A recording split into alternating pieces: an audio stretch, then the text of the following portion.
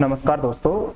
जैसा कि आप लोगों को बताया गया था कि टेलीग्राम पे हमने एक क्विज का लिंक स्टार्ट कर रखा है जिसको आप trick for science RUHS entrance 2022 के नाम से सर्च करके फाइंड आउट कर सकते हो। वहां पर काफी सारे क्वेश्चन जैसे फिजिक्स के, बायो के और केमिस्ट्री के, तीनों ही सब्जेक्ट्स के काफी प्रीवियस ईयर क्वेश्चंस और भी काफी इंपॉर्टेंट क्वेश्चंस की जो क्विज है वो हमने डाल रखी है।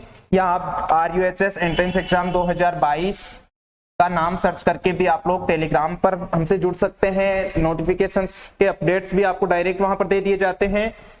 PSC नर्सिंग, पैरामेडिकल और BPT और फार्मेसी के बच्चों के लिए स्पेशली जो है ये ग्रुप है। आज का हमारा जो टॉपिक है जो हम लोग डिस्कस करेंगे वो पढ़ने वाले हैं सेमीकंडक्टर डिवाइसेस।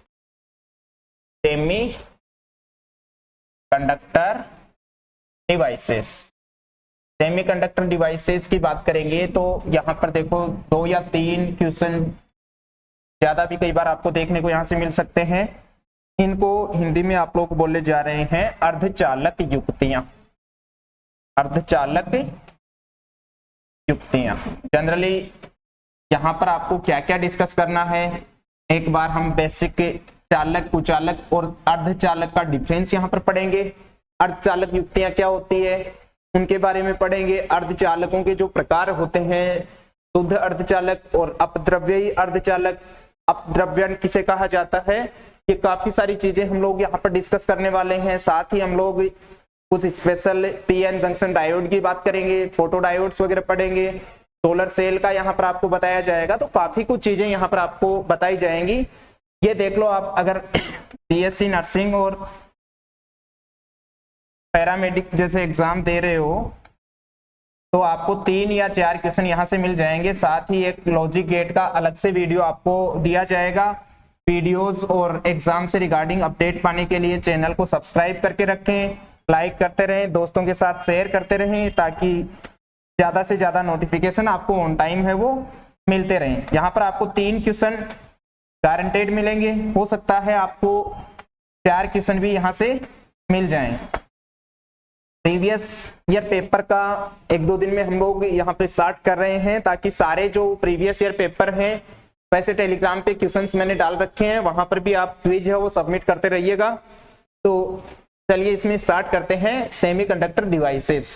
सबसे पहले देखिए दोस्तों, बात करें हम एनर्जी बैंड इन सॉलिड्स की, कोषों में ऊर्जा बैंड की बात करें अगर, तो देखो जो भी सॉलिड्स होते हैं, एनर्जी बैंड इन सॉलिड्स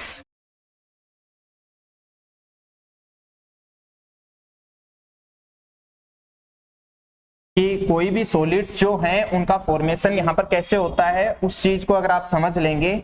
आपको पता है एटम आप पढ़ के आए, एटम में एक न्यूक्लियस होती है और एक उसकी सेल्स होती हैं जहां पर इलेक्ट्रॉन जो है वो रिवॉल्व होते रहते हैं। तो ये चीज आप जान चुके हैं कि एटम कैसा दिखता है। एक एटम की बात करें, ये उसका न्यूक्लियस है जहां पर पॉजिटिव चार्ज रहेगा और इसकी जो सेल है उसमें इलेक्ट्रॉन जो है वो चक्कर लगाते रहेंगे। एक जैसे इसके सामने दूसरा एटम है आपके पास से, ये उसका न्यूक्लियस हो गया और ये उसकी सेल हो गई। ये तो है एटम का सेल जिसको हम वैलेंस सेल बोल सकते हैं अगर ये आउटर मोस्ट है तो। आउटर मोस्ट सेल को हम नाम दे देंगे वैलेंस सेल। इसकी भी आउटर मोस्ट सेल है तो इसको नाम दे देंगे हम वैलेंस सेल। यहाँ पर इलेक्ट्रॉन जो है वो यहाँ पर रिवॉल्व हो रहे हैं, तो देखिएगा इसका इलेक्ट्रॉन जब यहाँ से गुजर रहा होगा तो इसका न्यूक्लियस इसको अट्रैक्ट है वो करेगा, जिसकी वजह से ये अपने पाथ से हटकर थोड़ा सा बाहर की तरफ चलने लग जाएगा कि इस न्यूक्लियस का अट्रैक्शन कम होके दूसरे वाले न्यूक्लियस का अट्रैक्शन इस पे लगने लग जाएगा। और मान लो उसी टाइम पे इस वाले एटम का इलेक्ट्रॉन यहाँ पर पहुंच गया, उस केस में ये इलेक्ट्रॉन इस इलेक्ट्रॉन को रिपेल करेगा, तो हो सकता है ये इलेक्ट्रॉन थोड़ा सा अंदर की तरफ चलने लग जाए।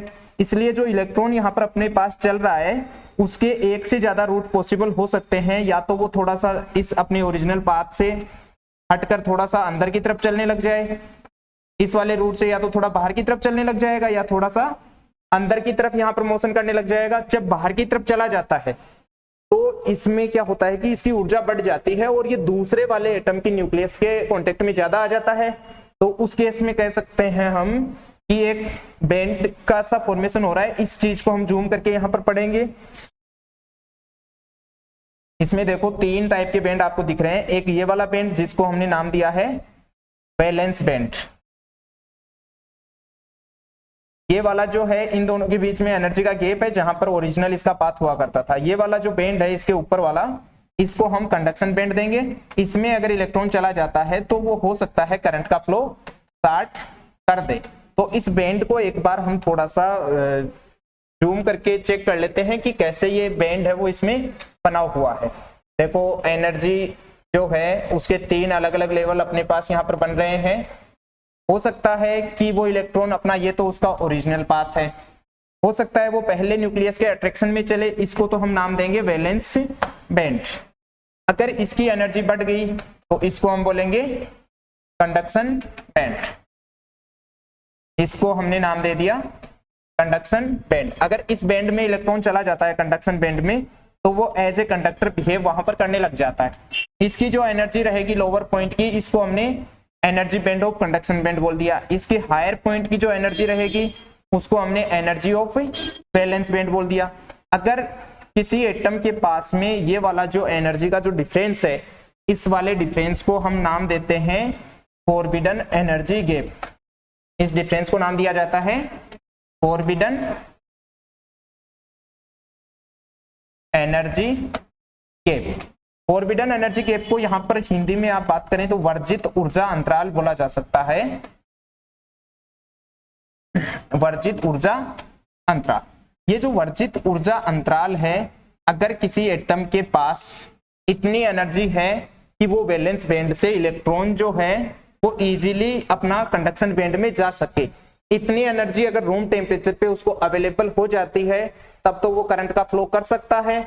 और ये एनर्जी जब तक उसको नहीं मिल पाएगी तो वो उस बैंड में नहीं जा पाएगा। तो आपको एग्जाम में पूछा जाता है कि वर्जित ऊर्जा अंतराल कौन कौन से बैंड के मध्य पाया जाता है, तो वो कंडक्शन बैंड और वैलेंस बैंड के बीच में जो एनर्जी का जो डिफरेंस है वो मिलता है। और इसका अगर फॉर्मूला आप देखें तो हायर एनर्जी कंडक्शन बैंड की होती है और बिलो एनर्जी वैलेंस बैंड की होती है। एक डेफिनेशन आपकी बुक में लिखी हुई है कि वैलेंस कंडक्शन बैंड, चालन बैंड जो बोल रहे हैं हम हिंदी में, इसको चालन और इसको संयोजी बैंड बोलते हैं। चालन और इसको बोला जाता है संयोजी। कि चालन बैंड की ऊर्जा और संयोजी बैंड की जो ऊर्जा का अंतर होता है, उसी अंतर को हम नाम देते हैं फॉरबिडन एनर्जी गैप। फॉर्मूला इसका डायरेक्ट आपको एग्जाम में पूछा जाता है, फॉर्मूला आप देख लेना। कंडक्शन बैंड की एनर्जी में से अगर वैलेंस बैंड की एनर्जी को माइनस कर देंगे तो आपके पास फॉरबिडन एनर्जी गैप के अकॉर्डिंग ऊर्जा का वैल्यू है वो आ जाएगा। अब ये जो फॉरबिडन एनर्जी गैप आपको अगर समझ में आया है, तो इस फॉरबिडन एनर्जी गैप की वैल्यू के आधार पर, इसके मान के आधार पर पदार्थ जो है वो 3 प्रकार के होते हैं। आधार पर पदार्थों का प्रकार हम पढ़ेंगे और इसके आधार पर 3 मैंने ये बताया कि अगर ये एनर्जी गैप बिल्कुल ही नहीं है तो इजीली इलेक्ट्रॉन चालन बैंड में चले जाते हैं, तब तो उनको हम चालक बोलते हैं। अगर ये एनर्जी का बैंड इतना ज्यादा है कि इलेक्ट्रॉन कभी भी इसमें नहीं जा पाता, उन पदार्थों को हम कुचालक बोलते हैं। कुछ ऐसे भी पदार्थ होते हैं जिनमें नॉर्मली तो इलेक्ट्रॉन नहीं पहुंच पाता है, लेकिन अगर उनको थोड़ा सा रूम टेम्परेचर पे भी रखा जाता है तो वो जा सकते हैं। कई बार वो चालक की तरह व्यवहार करते हैं, कई बार कुचालक की तरह व्यवहार करते हैं। ऐसे पदार्थों को हम नाम देंगे अर्धचालक। तो आज उन अर्धचालकों का डिस्कशन हम लोग यहाँ पर करने वाले हैं। एक बार इनका डायग्रामेटिक डिफरेंस और देख लीजिएगा कि वर्जित ऊर्जा अंतराल के आधार पर पदार्थों के प्रकार के मान के आधार पर पदार्थों के प्रकार। इस वर्जित ऊर्जा अंतराल का जो मान है वो, उस मान के अकॉर्डिंग हमने इनको 3 टाइप से डिवाइड किया है। एक हमने बोला है चालक, एक हमने नाम दिया है कुचालक, इंसुलेटर। कुचालक, इंसुलेटर या नॉन कंडक्टर इनको बोल सकते हो आप, इंसुलेटर। और चालक पदार्थ जो हो जाएंगे इनको आप कंडक्टर बोल रहे हो, और एक इन दोनों के बीच में होते हैं जो कभी चालन शो करेंगे और कभी नहीं शो करेंगे। अर्धचालक इनको बोला जाता है। आज इस चैप्टर में हम इन्हीं अर्धचालकों के बारे में डीपली है वो बात करने वाले हैं। सेमी कंडक्टर इनको कहा जाता है। ये जो सेमी कंडक्टर है इनके बारे में काफी डिटेल से डिस्कशन आपको दिया जाएगा। कभी भी किसी भी एग्जाम में अगर आपका सेमी कंडक्टर का क्वेश्चन आ रहा है, क्या क्वेश्चन आएगा वो भी आपको यहाँ पर बताया जाएगा और क्वेश्चन आपका गारंटेड गलत नहीं होगा, इसकी श्योरिटी आपको यहाँ पर दी जाएगी। चालक पदार्थ ऐसे होते हैं जिनमें वर्जित ऊर्जा अंतराल का मान जो है वो लगभग बराबर 0 होता है। इसका मतलब इसके वैलेंस बैंड और कंडक्टिंग बैंड जो है वो एक दूसरे के साथ ओवरलैप्ड है वो रहेंगे, अति व्यापित रहते हैं। डायग्रामेटिकली अभी आपको बताया जाएगा कि कैसे ये अति व्यापित है वो रहते हैं। इनका जो ऊर्जा अंतराल है वो 0 से तो थोड़ा ज्यादा रहेगा। इनका वर्जित ऊर्जा अंतराल जो है वो ज्यादा है 0 से और कम है 3 से। कि अगर 0 से 3 के बीच में इनका वर्जित ऊर्जा अंतराल रहता है तब इनको हम अर्धचालक बोलते हैं। ये 0 से 3 इलेक्ट्रॉन वोल्ट ऊर्जा जो होती है वो इनको आसानी से रूम टेम्परेचर पर अवेलेबल हो जाती है, तो ये करंट का फ्लो कर सकते हैं। कुचालक जो होते हैं इनकी वर्जित ऊर्जा अंतराल का मान 7 इलेक्ट्रॉन वोल्ट से कम होता है और 3 इलेक्ट्रॉन वोल्ट से ज्यादा होता है। अगर ये मान 3 से 7 है जो सामान्यतः रूम टेम्परेचर पर अवेलेबल नहीं हो पाती है, इसलिए ये जो डिवाइसेस है वो एक कुचालक की तरह बिहेव करती हैं। तो ये सारी चीजें आपको इसमें देखनी है। एक बार इनका डायग्राम आपको एग्जाम में दिया जाता है। फर्स्ट क्वेश्चन की प्रोबेबिलिटी तो ये रहती है कि आपकी इनकी वर्जित ऊर्जा अंतराल का मान क्या होता है। सेमीकंडक्टर वाला देख लेना आप, इनके लिए 0 से 3 इलेक्ट्रॉन वोल्ट रहेगा। इसमें भी पर्टिकुलर हम सिलिकॉन और जर्मेनियम की बात करें, सिलिकॉन और जर्मेनियम के, सिलिकॉन का वर्जित ऊर्जा अंतराल का मान 1.1 इलेक्ट्रॉन वोल्ट होता है और जर्मेनियम का वर्जित ऊर्जा अंतराल का मान 0.7 इलेक्ट्रॉन वोल्ट होता है। ये मान आपको याद तो रखने ही हैं, साथ में इन दोनों मान से आप एक और अनुमान लगा सकते हैं। आपको क्वेश्चन पूछा जाता है कि दोनों में से अच्छा अर्धचालक कौन सा है, तो ऐसा पदार्थ जिसके लिए वर्जित ऊर्जा अंतराल का मान कम रहेगा उसको हम अच्छा अर्धचालक बोल सकते हैं। कि क्वेश्चन आपको पूछा जाता है कि सिलिकॉन और जर्मेनियम में से बेस्ट सेमीकंडक्टर डिवाइस कौन से की बनेगी, तो जर्मेनियम जो होता है 0.7 इलेक्ट्रॉन वोल्ट इसके लिए वर्जित ऊर्जा अंतराल का मान होता है। इसलिए आप यहां पर बता सकते हो कि दोनों में से बेस्ट जो सेमीकंडक्टर होगा वो जर्मेनियम यहां पर आपका रहेगा, क्योंकि इसके लिए वर्जित ऊर्जा अंतराल का मान कम है। एक बार इन वर्जित ऊर्जा अंतराल के डेटा के अकॉर्डिंग आप इनका एनर्जी डायग्राम और देख लो। सबसे पहले आपने देखा है चालक, दूसरा आपने देखा है अर्धचालक और तीसरा आपने देखा है कुचालक। तीनों का आप एक बार डायग्राम देख लो। इसमें क्या होता है कि इसका कंडक्टिंग बैंड और वैलेंस बैंड, ये इसका मान लो हमने कंडक्टिंग बैंड बनाया है और ये हमने इसका वैलेंस बैंड इसका ड्रॉ कर दिया है, और इनके बीच में इलेक्ट्रॉन जो है वो इजीली आ जा सकते हैं। नॉर्मल रूम टेम्परेचर पे भी इलेक्ट्रॉनों का गमन यहाँ पर होता रहता है, इसलिए ये जो है वो धारा का चालन हमेशा करते हैं, चाहे टेम्परेचर कम हो या ज्यादा हो, चालन यहाँ पर करते रहेंगे। लेकिन यहाँ पर एक क्वेश्चन आपको पूछा जाएगा, अभी ताप का प्रभाव देखेंगे हम, अर्धचालकों पे भी देखेंगे, चालकों पे भी देखेंगे, कुचालकों पे भी देखेंगे, वहां से भी एक क्वेश्चन के आने की प्रोबेबिलिटी आपकी काफी ज्यादा रहती है। तो अर्धचालक जो होते हैं इनमें अगर इस ऊर्जा अंतराल की बात करें तो इनका कंडक्टिंग बैंड और इनका जो वैलेंस बैंड होता है, इनका वैलेंस बैंड होता है, इनके मध्य जो है वो थोड़ा सा ऊर्जा अंतराल यहाँ पर आपको देखने को मिलेगा। और ये जो ऊर्जा का अंतराल है यहाँ पर आपके सामने ऑर्बिटल एनर्जी गैप, ये यहाँ पर मान लो हमने सिलिकॉन का अर्धचालक बनाया है तो इसको हमने 1.1 इलेक्ट्रॉन वोल्ट लिख लिया। अगर जर्मेनियम का होता तो 0.7 इलेक्ट्रॉन वोल्ट लिखा होता। तो पूछ लेता है कि निम्न में से कौन सा सिलिकॉन के लिए, तो इस वाले डेटा की वैल्यू अगर आपको 1.1 इलेक्ट्रॉन वोल्ट थे, अदरवाइज आपके सामने जो क्वेश्चन बनाएगा कि जैसे इसकी वैल्यू 3.3 है, इसकी वैल्यू 2.1 है, 2.2 है, तो उस केस में इनका जो डिफरेंस आएगा वो 1.1 आएगा। तो इन दोनों की एनर्जी की वैल्यू देके आपको पूछ सकता है कि ये सिलिकॉन के लिए सही होगा। ये वाला जो डायग्राम है वो किसके लिए होगा? सिलिकॉन के लिए। इनका ऊर्जा अंतराल का जो मान है सिलिकॉन के लिए आपने देखा है 1.1 इलेक्ट्रॉन वोल्ट। अगर अर्धचालक हैं तो इनका 0 से 3 के बीच में ये जो वैल्यू है वो चेंज होगा। हो सकता है 0 से बड़ा हो एनर्जी गैप का मान और 3 इलेक्ट्रॉन वोल्ट से कम हो सकता है, तब तक वो जो डायग्राम रहेगा वो अर्धचालकों का यहाँ पर आपके सामने रहने वाला है। जब टेम्परेचर का इफेक्ट देखेंगे तो वहां पर मैं अभी आपको बताऊंगा कि इलेक्ट्रॉन जनरली तो प्रेजेंट होते हैं वैलेंस बैंड में, अगर इनको टेम्परेचर की वजह से एनर्जी मिलेगी तब तो ये पहुंच पाएंगे, अगर एनर्जी नहीं मिलेगी तब ये इंसुलेटर की तरह काम करेंगे। तो ये कंडक्टर और इंसुलेटर दोनों की तरह बिहेव करते हैं।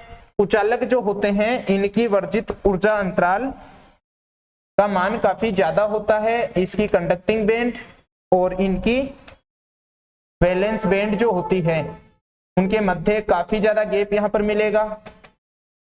ये वाला गैप जो है एनर्जी गैप, इनके लिए इसकी जो वैल्यू है वो 3 से 7 इलेक्ट्रॉन वोल्ट के बीच में रहेगी। सबसे ज्यादा जो होती है वो जैसे कुचालक में आप लोग जनरली बोलते हो कि डायमंड या हीरा जो होता है वो धारा का सबसे अच्छा कुचालक होता है, और जनरली कुचालक की भी उसकी बात करें डायमंड की तो उसके लिए जो वर्जित ऊर्जा अंतराल का मान है अकॉर्डिंग टू एनसीईआरटी बात करें, कुचालक सबसे अच्छा कुचालक अभी तक आप लोग मानते हैं हीरा या जो डायमंड होता है वो कुचालक होता है, और इसके लिए फोरबिडन एनर्जी गैप का मान 5.4 electron volt according to NCERT. ध्यान रख लेना, हो सकता है नीट जैसे एग्जाम में इस टाइप के क्वेश्चंस को यहां से ले लिया जाए।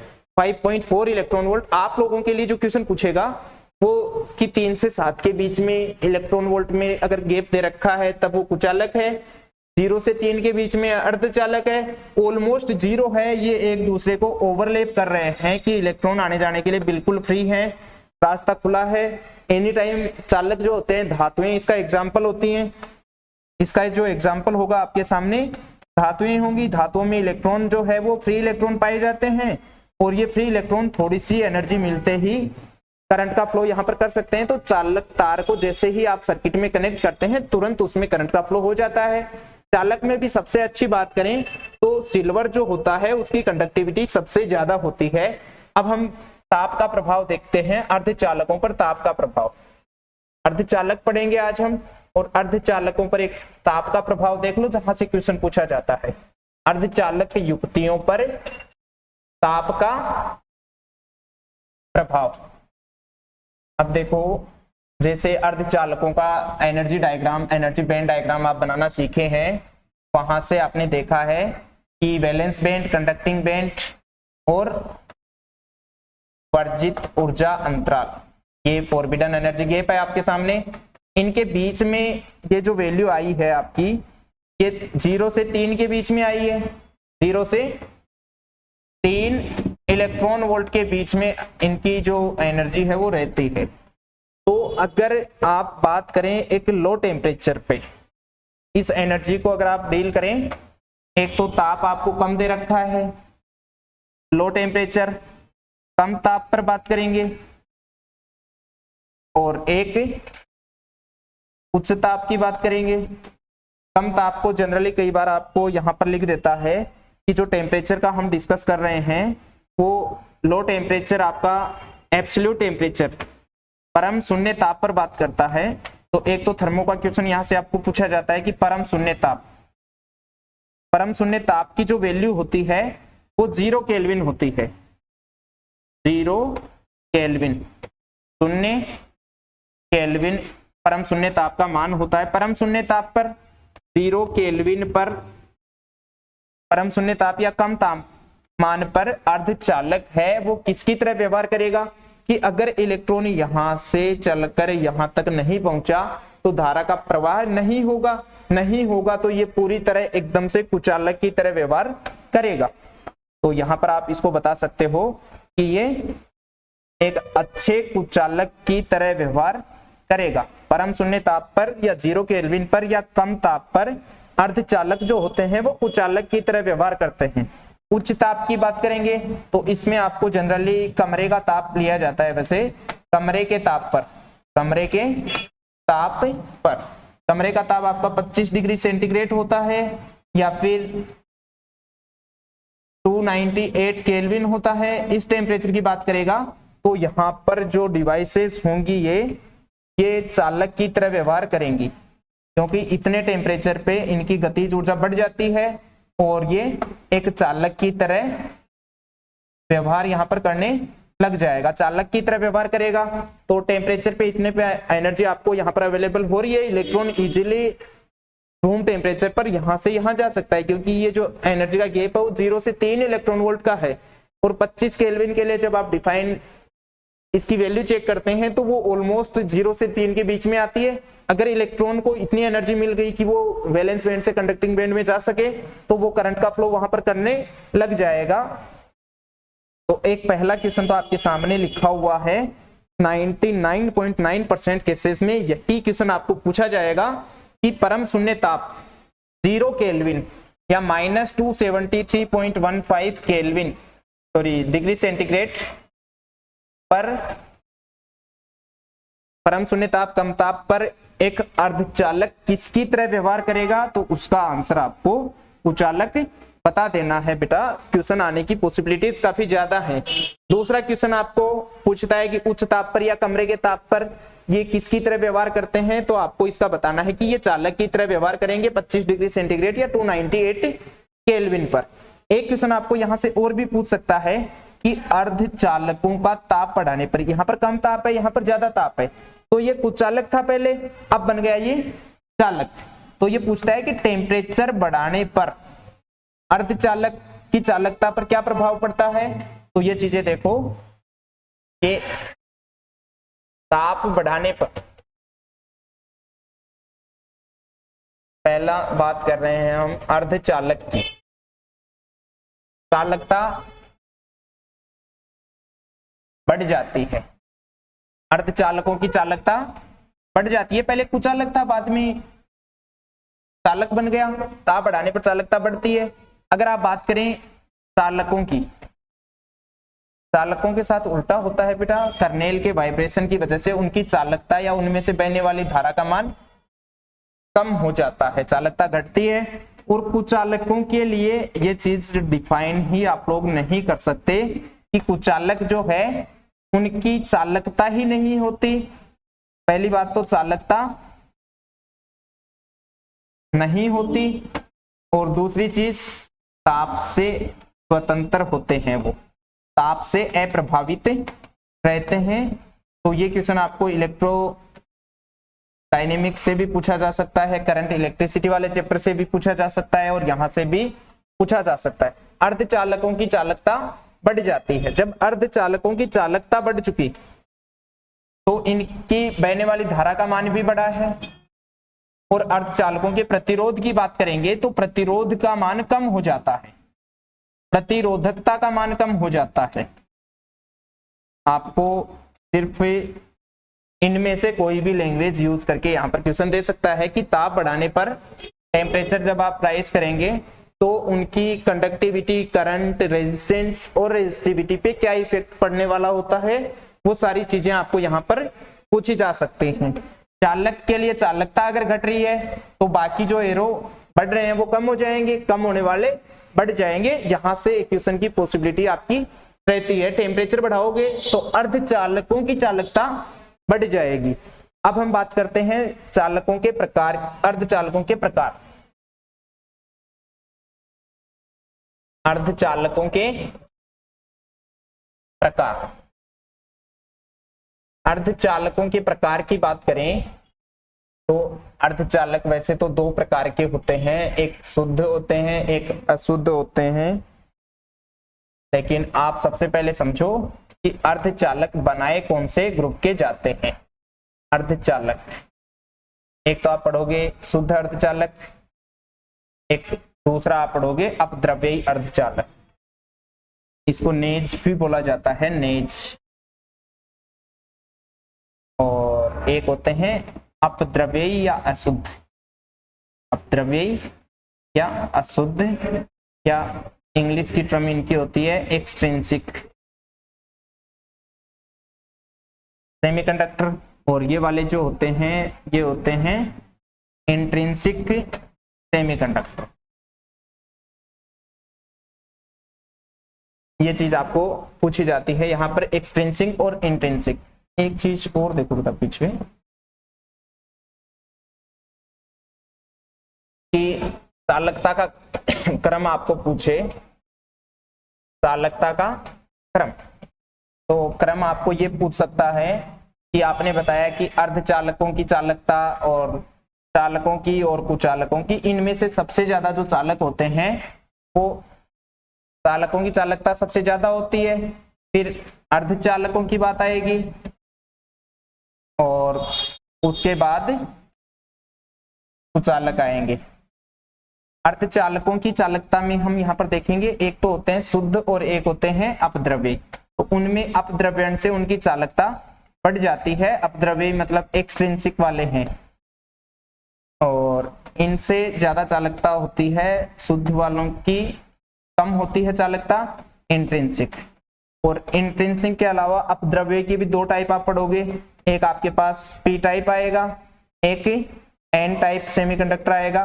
तो जो एन टाइप होता है उसकी चालकता ज्यादा होती है पी टाइप से, और एन और पी दोनों इंट्रिंसिक से भी ज्यादा होते हैं, और ये कुचालकों से भी ज्यादा चालक होते हैं, और चालकों की चालकता सर्वाधिक होती है। तो ये चीजें एक बार आप टाइप्स इसके पढ़ोगे तो दोनों चीजें समझ में आ जाएगी। लास्ट वाला फाइनल ये वाला सीक्वेंस आपको याद रखना है कि सबसे ज्यादा चालक जो होते हैं उनकी चालकता सबसे ज्यादा होती है, फिर एन टाइप की, पी टाइप की उससे कम, इंट्रिंसिक की उससे कम, एक्सट्रिंसिक बोले तो ये दोनों ही टाइप एक्सट्रिंसिक के हैं, और कुचालकों की सबसे कम होती है। ये सीक्वेंस अभी हम डिस्कस करेंगे, एक बार के लिए आप देख लो। इंट्रिंसिक जो होते हैं शुद्ध अर्धचालक जिनको हमने बोला है, ये किसके बने होते हैं? तो आपकी जो पीरियोडिक टेबल में आपने 13th ग्रुप पढ़ा है, सॉरी 14th ग्रुप पढ़ा है आपने,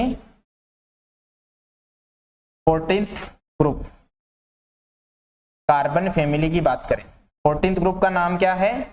कार्बन फैमिली। चलो अलग से देखो इसको। 14th ग्रुप में कार्बन फैमिली आती है, दूसरा नाम इसका कार्बन फैमिली दे रखा है, कार्बन परिवार दे रखा है। और इनकी संयोजकता आपको पता है कि कार्बन की संयोजकता 4 होती है, इसलिए इनको टेट्रावेलेंट चतुर्संयोजी बोलते हैं। 4 संयोजकता वाले चतुर्संयोजी टेट्रावेलेंट, इनके अर्धचालक है वो बनाए जाते हैं। मेंडेलीव की जो पीरियोडिक टेबल थी उसमें इनको 4th ए ग्रुप में रखा जाता है। इसका मतलब 4th ए ग्रुप या 14th ग्रुप या कार्बन फैमिली या फिर चतुर्संयोजी टेट्रावेलेंट जो होते हैं उनके अर्धचालक बनाए जाते हैं। कार्बन जो है वो मोस्टली चालक, कुचालक और अर्धचालक तीनों ही तरीके की प्रॉपर्टी शो करता है। इसमें आते हैं आपके काशी गए शंकर प्रभु, ऐसे आप इनको याद रख सकते हैं। इनके जो है अर्धचालक जनरली जो बनाए जाते हैं वो अभी आपने डिस्कस किए हैं कि सिलिकॉन और जर्मेनियम के आपको ज्यादातर अर्धचालक देखने को मिलेंगे। इनकी वर्जित ऊर्जा अंतराल का मान अभी मैंने बताया था 1.1 इलेक्ट्रॉन वोल्ट और 0.7 इलेक्ट्रॉन वोल्ट। ये अर्धचालक जो होते हैं वो 14th ग्रुप के बने होते हैं। 14th ग्रुप में भी जनरली सिलिकॉन और जर्मेनियम के बनाए जाते हैं। 4 संयोजकता जिनकी होती है उनके अर्धचालक बनते हैं, क्योंकि अर्धचालकता का सबसे बड़ा रीजन यही होता है कि इनकी संयोजकता 4 है। तो इनके पास बॉन्डिंग जो होती है, कोवेलेंट बॉन्ड जब ये बनाते हैं, कार्बन में तो आपने पढ़ा है कि एक कैटेनेशन की प्रॉपर्टी होती है कि ये काफी एक लंबी चेन का फॉर्मेशन कर सकता है। ऐसा यूनिक कैरेक्टर सिर्फ कार्बन के पास पाया जाता है। श्रृंखलन का अद्वितीय गुण, श्रृंखलन बोलते हैं बेटा हिंदी में, कैटेनेशन, कैटेनेशन का एक अद्वितीय गुण पाया जाता है जिससे ये अपनी एक लंबी चेन बना लेता है। सिलिकॉन और जर्मेनियम के अर्धचालक है वो बनाए जा रहे हैं। इनके लिए आपको एग्जाम में इनके वर्जित ऊर्जा अंतराल का मान पूछ सकता है, और इन दोनों में से भी बेस्ट जो है आपके सामने वो जर्मेनियम अच्छा अर्धचालक होता है। पीछे भी बताया था मैंने, अच्छा अर्धचालक ये होता है। तो इनसे जो बनेंगे उन अर्धचालकों को हम शुद्ध अर्धचालक बोलते हैं, जिनमें किसी भी प्रकार की अशुद्धि का मिश्रण है वो नहीं किया गया है। इन सभी से जो बनने वाले हैं सिलिकॉन, जर्मेनियम, एंटीमनी और लेड, इनसे जो भी अर्धचालक बनेंगे इनको हम नाम देंगे शुद्ध अर्धचालक। किसी भी टाइप की इंप्योरिटीज हमने मिक्स यहाँ पर नहीं करी है। शुद्ध अर्धचालकों को नेज अर्धचालक भी बोलता है, और नेज के साथ में इनका जो इंग्लिश टर्म होता है वो इंट्रिंसिक होता है, इंट्रिंसिक सेमी कंडक्टर। ये कैसे बने होते हैं? जैसे सिलिकॉन है, 4 बॉन्ड आपके सामने बनाता है। सिलिकॉन दूसरे सिलिकॉन के साथ में ऐसे जुड़कर एक क्रिस्टल का फॉर्मेशन करते हैं, बॉन्डिंग इनकी चलती जाती है अनंत तक, और ऐसे एक क्रिस्टल की फॉर्म में पाए जाते हैं। सिलिकॉन में भी कुछ अद्वितीयता का गुण पाया जाता है, कैटेनेशन की प्रॉपर्टी शो करता है, इसलिए जनरली जो है वो मिलने वाला सब्सटेंस सिलिका की फॉर्म में पाया जाता है। सिलिका इसी टाइप से क्रिस्टल है वो बना के अपना रहता है। एक सिलिकॉन ने देखो 4 के साथ बॉन्डिंग है वो करी है, 1 2 3 और एक यहाँ वाले एटम के साथ। यहाँ पर जो बॉन्ड बना हुआ है इस बॉन्ड को हम सहसंयोजी बंध बोलते हैं। इनके बीच में सहसंयोजी बंध, कोवेलेंट बॉन्ड है वो बनता है। बाकी केमिस्ट्री में आप बॉन्डिंग अच्छे से पढ़ते हो तो आपको पता चल ही जाता है कि कोवेलेंट बॉन्ड जो है वो नॉन मेटल के बीच में बनते हैं, और काफी प्रॉपर्टीज आप कोवेलेंसी के अकॉर्डिंग भी इनकी आप डिफाइन वहां पर कर सकते हैं। अब जो दूसरा टाइप आता है वो आता है आपके पास अशुद्ध अर्धचालक। अशुद्ध अर्धचालक या इनको अपद्रव्यी भी बोला जाता है कि इसमें हमने कुछ अशुद्धियां मिक्स करी है। अपद्रव्य अर्धचालक, इंग्लिश की जो टर्म इसकी रहेगी वो रहेगी एक्सट्रिंसिक सेमी कंडक्टर। ये जो एक्सट्रिंसिक का मतलब देखो बेटा नाम से ही इसका आप समझ सकते हो। पहले वाला बताया था मैंने इंट्रिंसिक, दूसरा बताया है एक्सट्रिंसिक। एक्सट्रिंसिक का मतलब है एक्स्ट्रा कुछ मिक्स कर दें, एक्स्ट्रा मिक्स कर दें, एक्स्ट्रा मिक्स कर देंगे, एक्स्ट्रा मिक्स करेंगे। तो क्यों करेंगे, इसका एक्स्ट्रा कुछ मिक्स करने का क्या फायदा है, क्या नुकसान है, वो सारी चीजें अभी देख लेते हैं। कि जो शुद्ध अर्धचालक होते हैं, शुद्ध अर्धचालक, इनमें अगर कोई भी अशुद्धि, जिसको हम डोपेंट बोलते हैं, इसको अगर मिक्स कर दिया जाए, अशुद्धि डोपेंट को अगर मिक्स कर दिया जाता है तो अपद्रव्यी अर्धचालक का निर्माण होता है। अपद्रव्यी अर्धचालक का निर्माण होता है। अशुद्धि को जो मिक्स करने का जो प्रोसेस रहता है, जो प्रक्रिया रहती है अशुद्धि के मिक्स करने की प्रक्रिया, इस प्रक्रिया को बोला जाता है डोपिंग। कि इनमें कुछ अशुद्धि हमने मिक्स कर दी, हिंदी में इसको मादन बोला जाता है, या फिर एनसीईआरटी में एक नाम और दे रखा है अपद्रव्यण।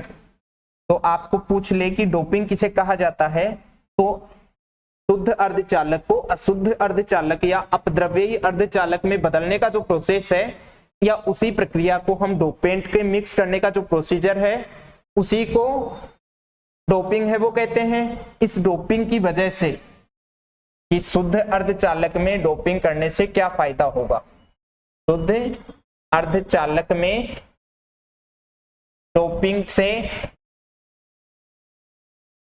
चालकता बढ़ जाती है। अगर आप डोपिंग कर देते हैं उससे उसकी चालकता बढ़ जाती है। कैसे बढ़ती है ये चीज देखो। अगर यहां पर आपके पास जो सिलिकॉन एटम है,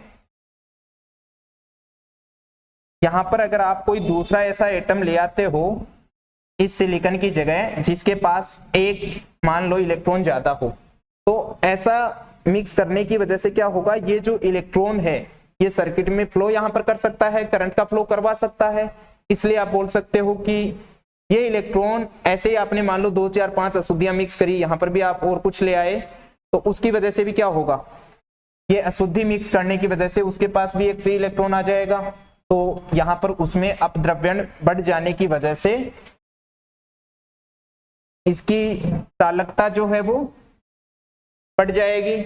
इसका मतलब शुद्ध अर्धचालक में डोपिंग करने की वजह से उसकी चालकता जो है वो बढ़ जाएगी। यहां पर डोपिंग करने की वजह से चालकता इनकी बढ़ जाती है, ये आपको ध्यान यहां पर रख लेना है। अब कौन से ग्रुप की मिक्सिंग कर रहे हो और कौन से टाइप का बनेगा आपके पास सेमीकंडक्टर, तो देखा था आपने कि शुद्ध अर्धचालक जो होते हैं ये बने होते हैं 14th ग्रुप के। 14th ग्रुप में आपके पास कार्बन, सिलिकॉन, जर्मेनियम, एंटीमनी और लेड था। इससे पहले वालों की मिक्सिंग आप कर देते हो 13th ग्रुप की, तो इनसे आपके पास बोरोन, एल्यूमिनियम, गैलियम, इंडियम और थेलियम, इनकी अगर आप मिक्सिंग इसमें कर देते हैं तो यहाँ पर पी टाइप बनेगा। बताया जाएगा आपको पी टाइप कैसे बनेगा। अगर आप इसमें नाइट्रोजन, फॉस्फोरस, आर्सेनिक, एंटीमनी और बिस्मिथ, इनकी मिक्सिंग अगर आप कर देते हैं तो आपके पास 15th ग्रुप की मिक्सिंग से एन टाइप बनेगा। इनके लिए अभी आपको जो क्वेश्चन पूछा जाता है उसका आपको ये ध्यान रखना है कि अगर आप 13th ग्रुप की मिक्सिंग कर रहे हैं, इसका दूसरा नाम 3rd ए ग्रुप होता है मेंडेलीव की टेबल के अकॉर्डिंग। अगर आप संयोजकता की बात करें तो ये त्रिसंयोजी अशुद्धियां होती है। एक इनको ग्राही अशुद्धि बोला जाता है, रेसिपिएंट या एक्सेप्टर इम्प्योरिटीज, ग्राही अशुद्धियां यहाँ पर इनको नाम दिया जाता है। ये भी क्वेश्चन आपको पूछ लेता है कि निम्न में से कौन सी ग्राही अशुद्धि है, तो उनके आंसर में आपको गैलियम, इंडियम और एल्यूमिनियम जैसे ऑप्शन को मार्क करना होता है। और मेंडेलीव की टेबल के अकॉर्डिंग ये 3rd ग्रुप की इम्प्योरिटीज होती हैं। इनका आपने देखा था कि 15th को 5th ए ग्रुप बोलते हो और दूसरा इसको पंचसंयोजी अशुद्धि बोल सकते हो कि ये पेंटावेलेंट इम्प्योरिटीज होती हैं। अशुद्धि जो है संयोजकता इनकी 5 होती है। एक इनको दाता अशुद्धि बोल सकते हो, दाता अशुद्धि बोल सकते हो। तो ऐसी इम्प्योरिटी जब आप मिक्स करते हो तो यहाँ पर आपके पास जो है एन टाइप सेमीकंडक्टर बनेगा। एन टाइप सेमीकंडक्टर का फॉर्मेशन आपके पास हो जाएगा। अगर आप 13th ग्रुप वाली इम्प्योरिटीज मिक्स कर रहे हो तो यहाँ पर आपके पास पी टाइप सेमीकंडक्टर बनेगा। पी टाइप, एन टाइप के सिंबल्स वगैरह की हम नेक्स्ट क्लास में डिस्कस करेंगे। साथ ही हम लोग वहां पर एक बात और करेंगे कि एन टाइप और पी टाइप जो सेमीकंडक्टर होते हैं ये वैद्युत रूप से उदासीन होते हैं। ये क्वेश्चन आपको काफी बार पूछा जाता है, हो सकता है इस बार की एग्जाम में भी आपको सेम क्वेश्चन देखने को मिल जाए कि ये नीट का फेवरेट है। वैसे तो यहाँ पर इनकी जो प्रकृति पूछे कि एन टाइप और पी टाइप सेमीकंडक्टर की प्रकृति कैसी होती है, तो वहां पर आपको बताना है कि दोनों ही अशुद्ध और उदासीन होते हैं। एन भी अशुद्ध है और पी भी अशुद्ध टाइप का है। कंडक्टिविटी की बात करेंगे, इसमें एन में नंबर ऑफ इलेक्ट्रॉन्स ज्यादा मिलेंगे नंबर ऑफ होल्स की वजह से, और उन सब का डिस्कशन हम लोग नेक्स्ट क्लास में करेंगे।